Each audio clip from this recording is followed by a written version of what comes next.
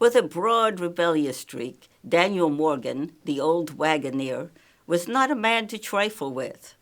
He fought in the French and Indian War and later the American Revolution. His elite force, Morgan's riflemen, wore hunting shirts, and their deadly aim was feared by all they encountered. He fought in the battles of Boston, Saratoga, and the ill-fated invasion of Canada. But his greatest moment came in 1781 on an unremarkable field known as Cowpens. Commanding half of General Nathaniel Greene's Continental Army of the South, Morgan played a cat-and-mouse game with Banastre Tarleton and his British regulars. Eventually, with the rain-swollen Broad River at their backs, Morgan's men turned to face Tarleton and his mounted dragoons. Let's meet Daniel Morgan, the hero of Cowpens.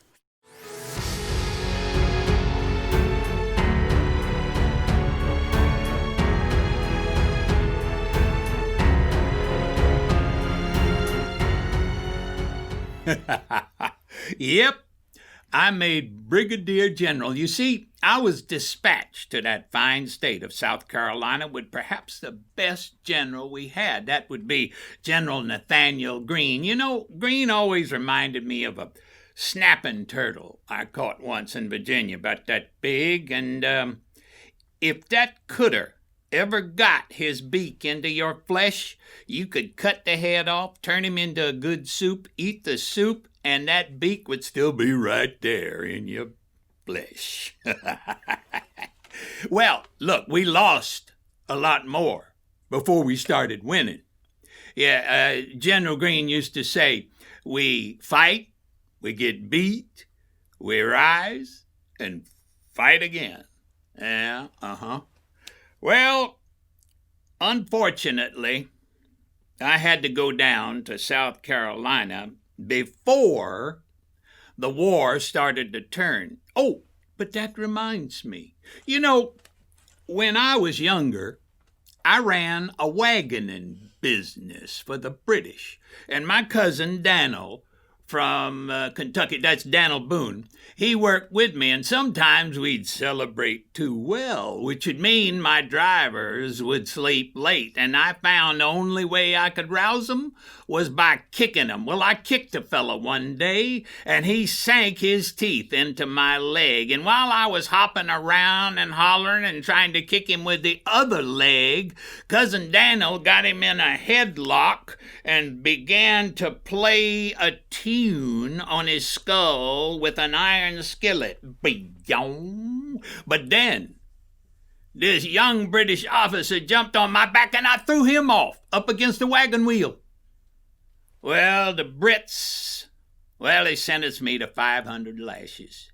Yeah, I survived that, barely.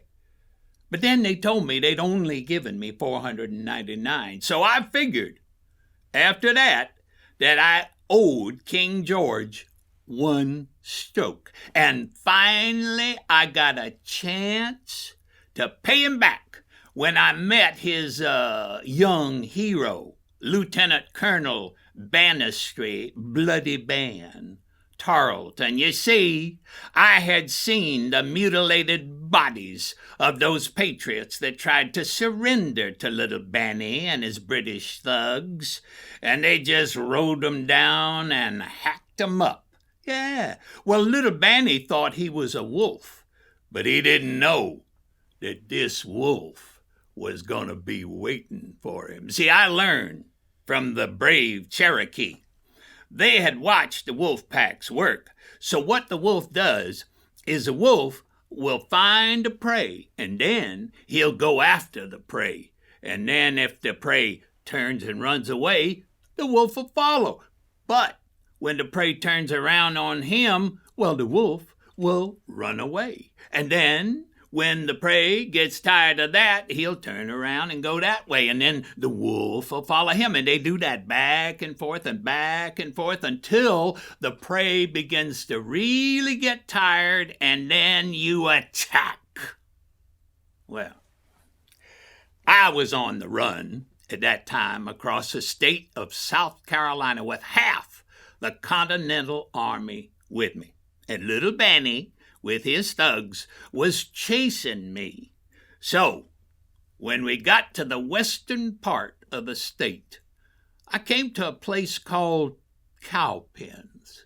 Oh, pretty green grass and rolling kind of hills, and something began to burn in my brain to make a stand. Now, I knew that Banny had a whole lot more men than we did. So, the night before the battle, I went from campfire to campfire and talked to my boys. And I helped them sharpen their blades, the tomahawks, the swords, the knives, and then I talked to them about the families, and I said to them, just give me one fire, boys. That's all. Just give me one more fire, and that's it. Well, at dawn, sure enough, right after I had situated my Continental soldiers, half of them with the Kentucky sharpshooters in the middle, and then on my right flank was the boys from Georgia, the militia, and the militia from the Carolinas was on the left, and right behind the Continentals was half of the other Continental soldiers, and they were down in a depression in the ground. But the whole band didn't worry. He comes straight charging through, just like he always did. Didn't even stop to arrange his troops. But for that morning, for little band, hell came to breakfast. My sharp-shooting militia boys opened up on them with a defile angle, and boy, was that murderous effect. But the Brits kept on coming, and then those Kentucky Deadeyes and half them Continentals opened up on them again. Boom! Even worse effect. But those Brits, they just kept coming right on, and meanwhile, I had told the boys in the middle to execute a wheel-right maneuver so they could protect my right flank against little Banny's mad dash. Well, for some reason, and to this day I do not know why, they began to march off the field in good order. Looked like a retreat. Well, that's what the Brits thought, too. Well, I rode over as fast as I could with my horse, and I got 'em turned around, and I said, boys, look, just one more fire, and the day is ours. But here comes them Brits, because they thought they had broken the spirit of the cowardly colonials one more time. Well, as they went up that hill and they got to the top, they looked down in that depression, and all they saw were the muzzles of my boys' muskets. Well, I shouted, "Fire!" And they did. Boom! What a hail of lead and sheet of flame, and that noise, well, those Brits rocked back. And then I said, "Give 'em the bayonet." And we did, and we went through them Brits like a bowling ball through dry corn stalks.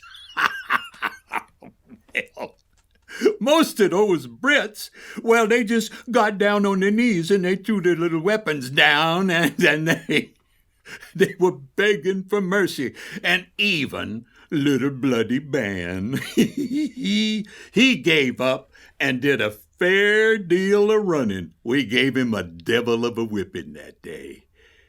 And then, when the last Brit that could move had surrendered, I rode my horse over those hills, and I said, "To God be the glory." Well, then I got the numbers. Yep.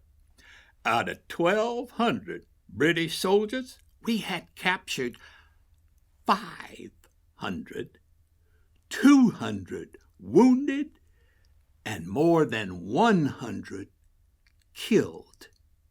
And our casualties? Just 12 brave souls killed. That's right. Just 12. Well, that's some kind of miracle, I'd say. Yep. To you, boys.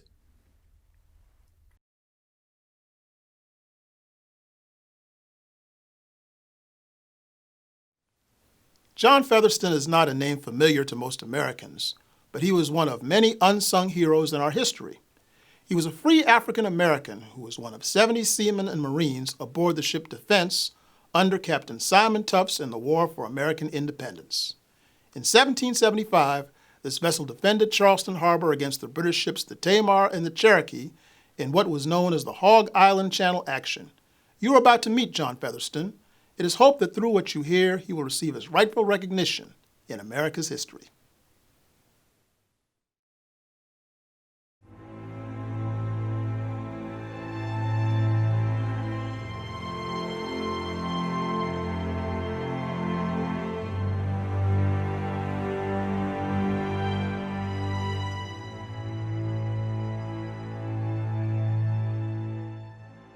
I was a free man before the Revolution. I am an American and a Navy man.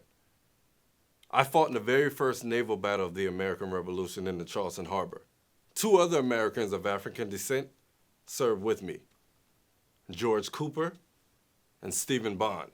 We served on the American schooner Defense under Captain Simon Tufts.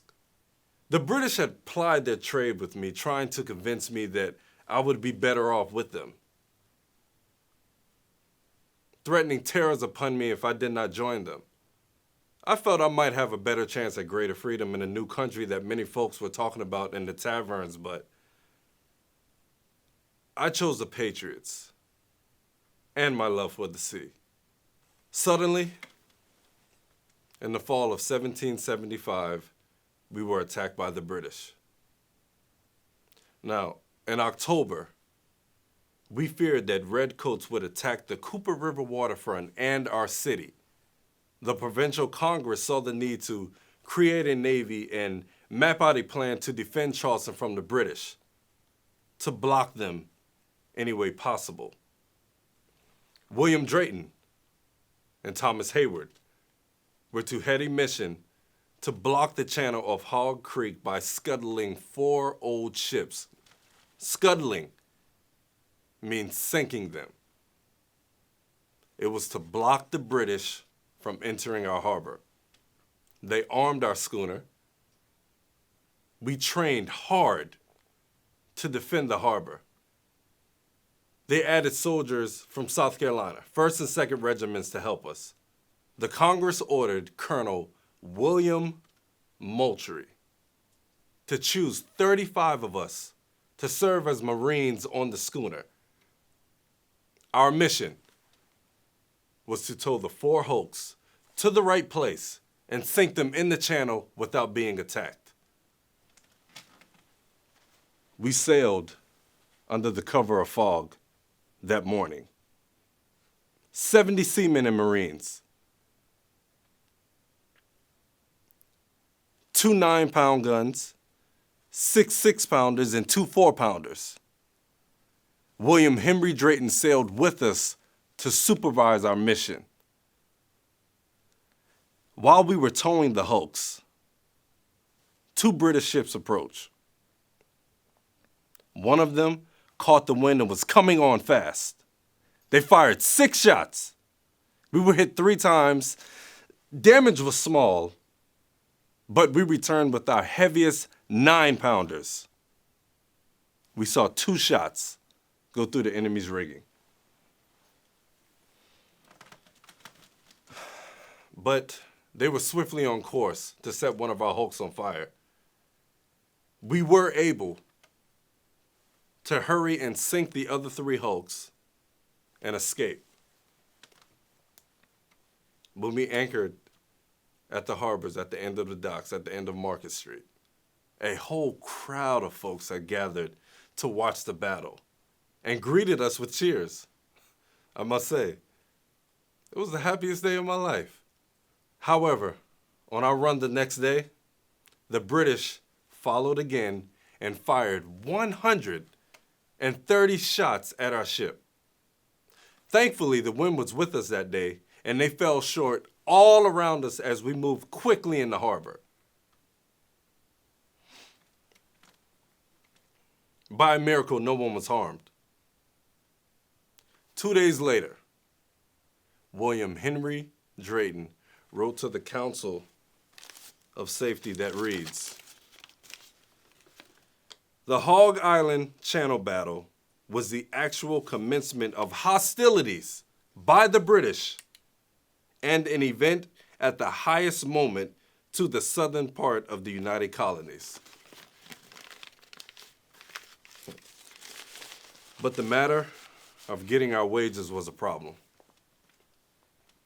You see, I served on that ship for 7 months, only received 2 months' pay. Every time we asked for wages, Captain Tuff says, 'You must ask Governor Rutledge, for I have no more wages from the government to give you.'